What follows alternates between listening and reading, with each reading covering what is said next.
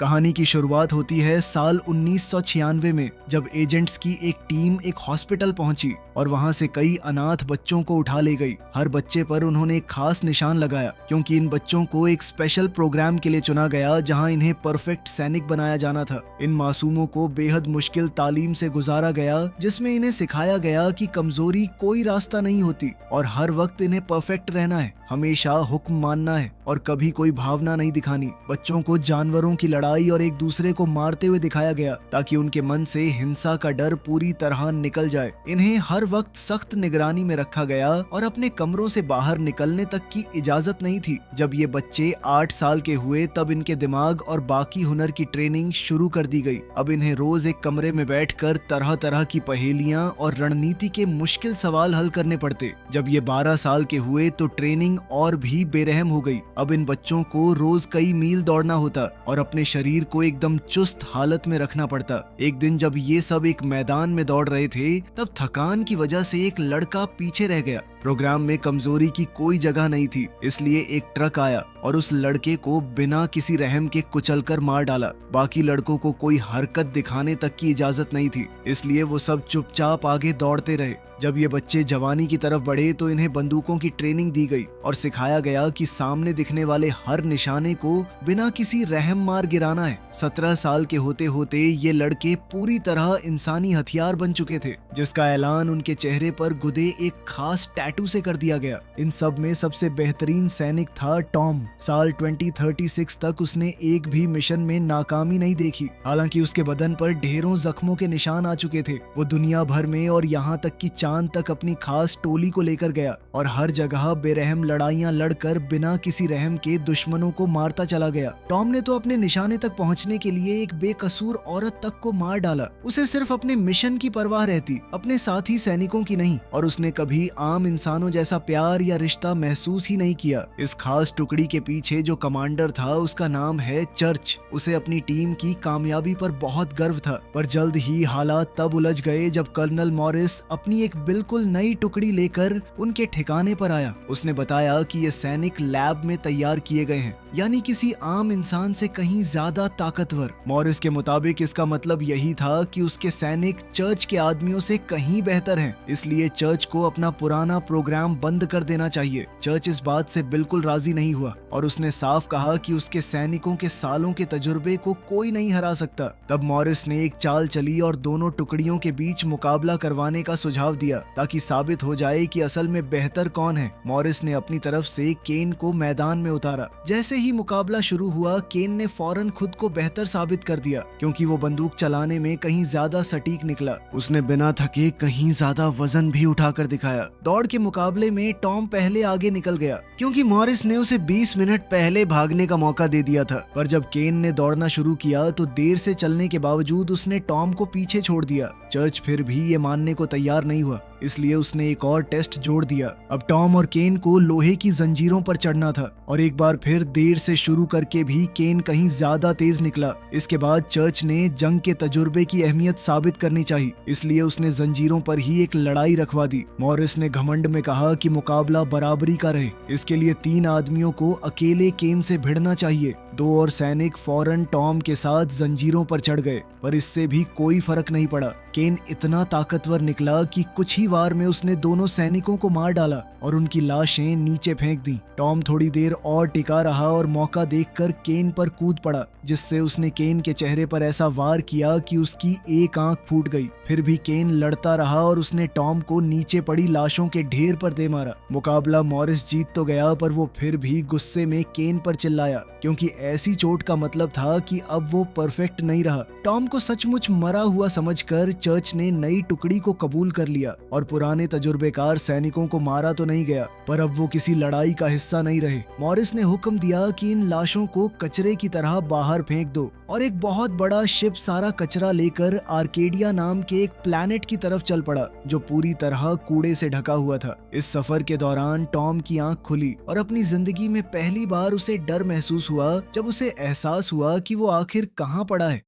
तभी अचानक शिप का दरवाजा खुला ताकि सारा कचरा बाहर गिर जाए और टॉम ने खुद को बचाने की लाख कोशिश की, पर आखिरकार वो भी उस प्लेनेट पर जा गिरा। खुशकिस्मती से वो इतनी ऊंचाई से गिरकर भी बच गया और इलाके में घूमने लगा। पहले उसे चारों तरफ सिर्फ कचरा ही दिखा, पर थोड़ी देर में उसने फटे पुराने कपड़ों में कुछ लोगों को इधर उधर घूमते देखा। टॉम ने उनका पीछा करने का सोचा, पर तभी एक जबरदस्त रेत का तूफान उस इलाके में आ गया, इसलिए उसे रुककर तूफान के गुजरने का इंतजार करना पड़ा। आखिरकार टॉम तूफान से बाहर निकला और एक कब्रिस्तान में जा पहुंचा, जहां की हालत से साफ था कि इस प्लेनेट पर अब तक बहुत से लोग दम तोड़ चुके थे। थोड़ा और आगे बढ़ने पर वो आखिरकार एक ऐसी बस्ती तक जा पहुंचा जिसे इन लोगों ने कचरे और शिप के टूटे हिस्सों से जोड़कर बनाया। वो चुपके से सीढ़ियों के आसपास घूम ही रहा था कि हवा के एक तेज झोंके ने उसे उड़ा दिया और कुछ बच्चों को अपनी तरफ घूरते देखते ही वो बेहोश हो गया। इसके बाद बस्ती के सारे लोग इस बात पर बहस करने लगे कि टॉम का आखिर क्या किया जाए। इस प्लेनेट पर सालों से कोई नया इंसान नहीं आया था, इसलिए वो समझ ही नहीं पाए कि टॉम पर भरोसा करें या नहीं। आखिर में बस्ती के मुखिया ने तय किया कि वो टॉम की मदद तो करेंगे, पर मैक्स उस पर नजर रखेगा। उधर मैक्स की बीवी सैंड्रा टॉम की देखभाल करने लगी। इस जोड़े का एक छोटा बच्चा भी था जिसका नाम नेथन था, जो टॉम को लेकर बहुत उत्सुक रहता,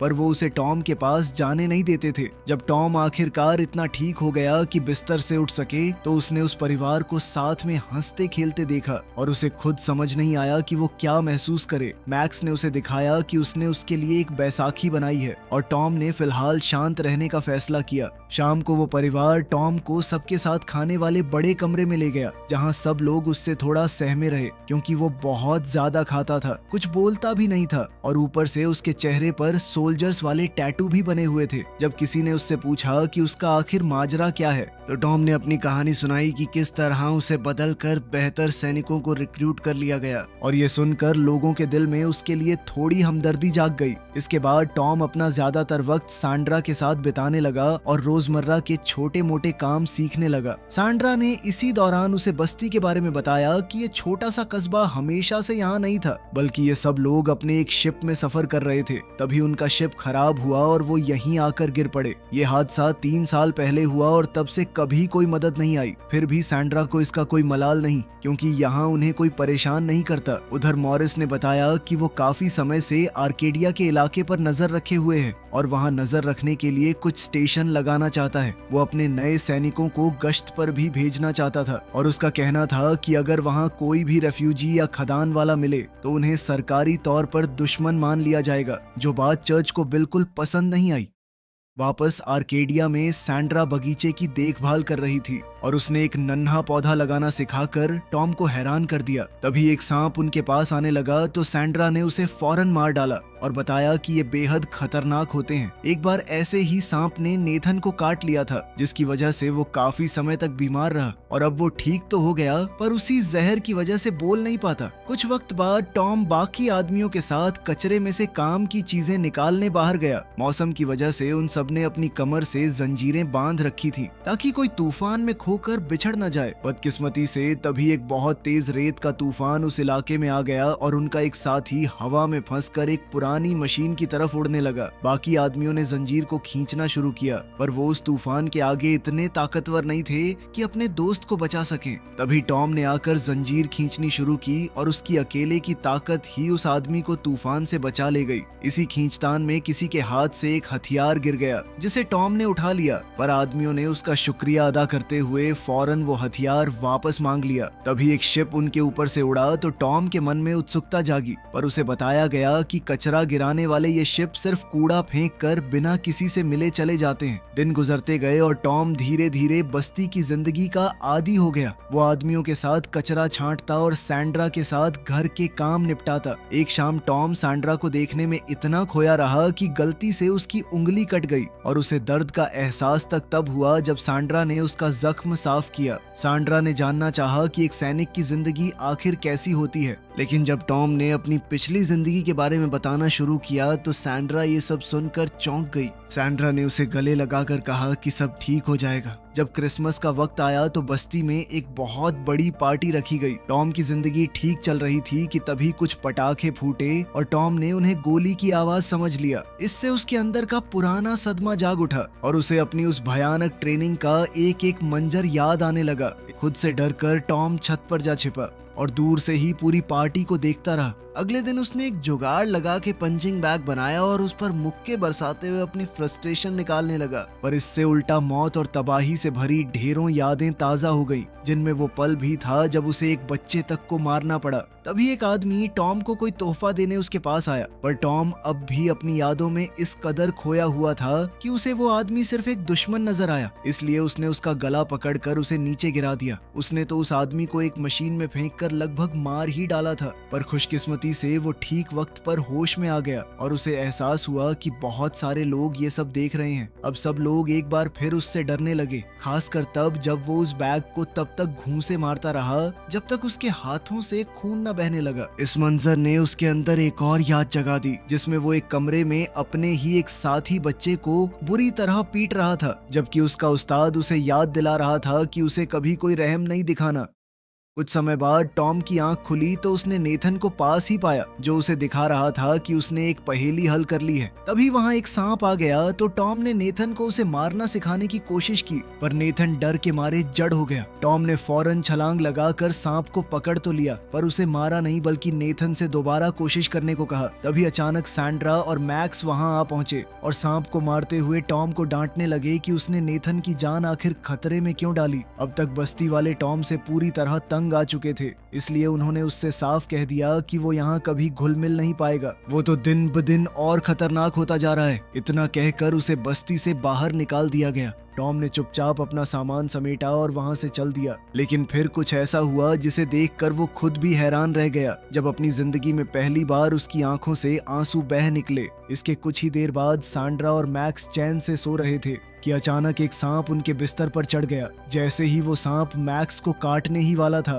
तभी नेथन आया और बिल्कुल वैसे ही बहादुरी से उस सांप को मार डाला जैसे टॉम ने उसे सिखाया था। मैक्स को एहसास हुआ कि टॉम बिल्कुल सही कह रहा था, इसलिए वो भागकर घर से बाहर टॉम को ढूंढने निकला और उसे कूड़े के बीच छुपा हुआ पाया। उसने जो कुछ हुआ उसके लिए माफी मांगी और टॉम को वापस चलने का न्योता दिया। तभी ठीक उसी वक्त मॉरिस के सैनिकों से भरा एक शिप उस प्लैनेट पर आ उतरा, जिसे टॉम ने फौरन पहचान लिया और वो मैक्स को लेकर वहां से भागा। जल्द ही उस शिप में से ढेरों गाड़ियां और सैनिक बाहर निकले, जिनमें केन भी शामिल था। बस्ती वालों ने खतरे की घंटी बजाकर खुद को बचाने का मोर्चा संभाल लिया। सैनिकों ने हमला शुरू कर दिया और सामने जो भी दिखा उस पर गोलियां बरसाने लगे। चारों तरफ धमाके होने लगे और एक धमाके की चपेट में मैक्स भी आ गया, इसलिए टॉम को उसे घसीट कर वहां से ले जाना पड़ा। जब वो किसी महफूज जगह पहुंचे तो टॉम ने मैक्स के जख्म बांधने की कोशिश की, पर अब बहुत देर हो चुकी थी और मैक्स अपने परिवार को याद करते करते दम तोड़ गया। उधर चर्च को इस बस्ती पर हमले की खबर मिली, पर मॉरिस ने अपने सैनिकों को हुक्म दिया कि चाहे ये आम लोग ही क्यों ना हो, इन्हें मार डालो। इमरजेंसी सिचुएशन के लिए चर्च ने अपने पुराने सैनिकों को भी तैयार करना शुरू कर दिया। बस्ती की मुखिया खुद सैनिकों से बात करने की कोशिश करने बाहर आई, पर उसे वहीं मौके पर गोली मार दी गई। ये देखकर बस्ती वालों ने अपने घर को बचाने के लिए जवाबी गोलीबारी शुरू कर दी, पर उनके चंद हथियार इतनी बड़ी फौज के आगे नाकाफी साबित हुए और जल्द ही सैनिकों ने पूरे कस्बे में मौत और तबाही मचा दी। वो अपने साथ फ्लेम थ्रोवर भी ले आए ताकि लोगों को सबसे जालिम तरीके से धीरे धीरे जलाकर मार सके। तभी टॉम छत तोड़कर अंदर कूदा और उसने आग बरसाने वाले एक सैनिक को मार गिराया। फिर उसने गिरी हुई लाशों से हथियार जमा किए और दूसरे आग बरसाने वाले सैनिक को ढूंढने निकला, जो उस वक्त सैंड्रा और बच्चों के पीछे भाग रहा था। खुशकिस्मती से टॉम ठीक वक्त पर वहां पहुंचा और उसने रॉकेट लॉन्चर से उस सैनिक को ढेर कर दिया। जब एक और सैनिक दीवार के आर पार गोलियां चलाने लगा तो टॉम ने सबको झुका दिया और दरवाजा खोलकर एक और रॉकेट से उस आदमी को भी मार डाला। इसके बाद उसने उस सैनिक का कम्युनिकेटर उठाया और एक गुर्राहट भेजकर देखना चाहा कि आगे आखिर क्या होता है। मॉरिस सोच में पड़ गया कि अब क्या किया जाए, तो चर्च ने उसे अपने आदमियों को पीछे हटाने की सलाह दी, जिसे मॉरिस ने मान लिया। सैनिकों के जाते ही बस्ती वालों ने अपना वक्त घायलों के इलाज में लगाया। और जब टॉम ने बताया कि मैक्स अब इस दुनिया में नहीं रहा तो सैंड्रा टूटकर बिखर गई। टॉम ने जितने हथियार मिल सके सब जमा किए और अपना चेहरा रंग कर बदला लेने के लिए तैयार हो गया। टॉम चुपके चुपके वहां पहुंचा जहां शिप उतरा था और एक गाड़ी पर गोली चलाकर अफरा तफरी मचा दी। सैनिक उसे ढूंढने बाहर निकले और टॉम ने अंधेरे में छिपकर एक एक करके उन पर हमला किया। उसने एक आदमी को छत से नीचे धकेला और दूसरे पर एक सांप फेंक दिया। फिर टॉम ने पानी में छिपकर एक सैनिक को चाकू घोंपा और 2 और को गोलियों से चौंका दिया। जब और सैनिक मदद के लिए आए तो टॉम उनकी जवाबी गोलियों की परवाह किए बिना उन सबको भूनने लगा। दरअसल उसने तो एक पुतला खड़ा कर रखा था और दूर से डोरियों के सहारे उस हथियार को चला रहा था। साथ ही उसने वहां कुछ एक्सप्लोसिव्स भी लगा रखे थे जिन्हें एक साथ चलाकर उसने कई आदमियों को एक ही पल में उड़ा दिया। तभी एक रेत का तूफान आ गया, इसलिए टॉम ने खुद को एक पुरानी मशीन से बांध लिया, जबकि तूफान बाकी बचे आदमियों को उड़ा ले गया। आखिर में जो सैनिक बचे वो अपनी गाड़ियों में थे, इसलिए टॉम ने ऊपर से छलांग लगाकर एक छत पर उतरते ही जो भी आदमी दिखा उस पर गोली चलानी शुरू कर दी। फिर उसने उस आर्मर्ड व्हीकल का ढक्कन खोलकर अंदर कुछ एक्सप्लोजिव फेंक दिए। पर केन अब भी अपने ट्रक में था और दोबारा बस्ती पर हमला करते हुए और भी तबाही मचा रहा था। बिना किसी शक के उसके करीब पहुंचने के लिए टॉम ने एक ट्रक चुराया और सीधा जाकर केन की गाड़ी में टक्कर मार दी। केन अपनी गाड़ी से बाहर कूदा और उसने फौरन अपने बैग से अपने जख्मों के लिए कुछ दवाई निकाली। टॉम सैंड्रा और बच्चों को बचाने के लिए उन्हें ढूंढने निकला ही था कि केन उससे लड़ने के लिए सामने आ गया। दोनों के बीच एक नई भिड़ंत छिड़ गई। उन्होंने एक दूसरे पर एक के बाद एक लगातार हमले किए और आसपास जो भी चीज दिखी उससे एक दूसरे पर हमला बोल दिया। एक बार के लिए ऐसा लगा कि केन हावी पड़ रहा है, लेकिन तभी टॉम की नजर नीचे जमीन पर पड़े एक हथियार पर गई। केन ये देखते हुए पहले ही उस हथियार की तरफ लपका, लेकिन ये तो टॉम की एक चाल थी। उसने तुरंत हेलीकॉप्टर की पंखुड़ी से हमला करते हुए केन को जबरदस्त घायल कर दिया। फिर उसने उसे घूंसा मारकर जमीन पर गिराया और उसका गला पकड़कर आखिरकार उसे हमेशा के लिए खत्म कर दिया। कुछ ही पल बाद चर्च की पुरानी फौज को टॉम और बाकी बचे लोग मिल गए, पर उन्होंने हमला नहीं किया क्योंकि वो आज भी अपने पुराने जनरल की इज्जत करते थे। उधर मॉरिस को एहसास हुआ कि उसके सारे आदमी मारे जा चुके हैं, इसलिए उसने चर्च को हुक्म दिया कि पुराने सैनिकों को छोड़कर शिप उड़ा दे। जब चर्च ने इसका विरोध किया तो मॉरिस ने उसे वहीं मार डाला। तभी पुरानी टुकड़ी ने शिप में घुसकर मॉरिस को पकड़ लिया और उसे टॉम के सामने ले आए, जिसे देखकर मॉरिस इतना डर गया कि गिड़गिड़ाते हुए उसने अपनी पैंट तक गीली कर दी। इसके बाद मॉरिस और उसके सलाहकारों को शिप से बाहर आर्केडिया पर फेंक दिया गया, जहाँ एक बॉम्ब फटा और उन सबको खत्म कर दिया। शिप महफूज तरीके से उड़ चला और तभी पता चला कि बस्ती के बचे हुए सारे लोग भी इसमें सवार हो चुके हैं, जो अब किसी बेहतर जगह बसने के लिए जा रहे थे। आखिर में नेथन ने टॉम से उसे गोद में उठाने को कहा और इसी पल टॉम ने पहली बार जाना कि सच्चा प्यार महसूस करना आखिर कैसा होता है। इसे एक खूबसूरत पल ने उसकी बेरंग सी जिंदगी में आखिरकार रंग भर दिए। वीडियो पसंद आई तो लाइक कर देना, चैनल को सब्सक्राइब कर लेना। मिलते हैं अगली वीडियो में।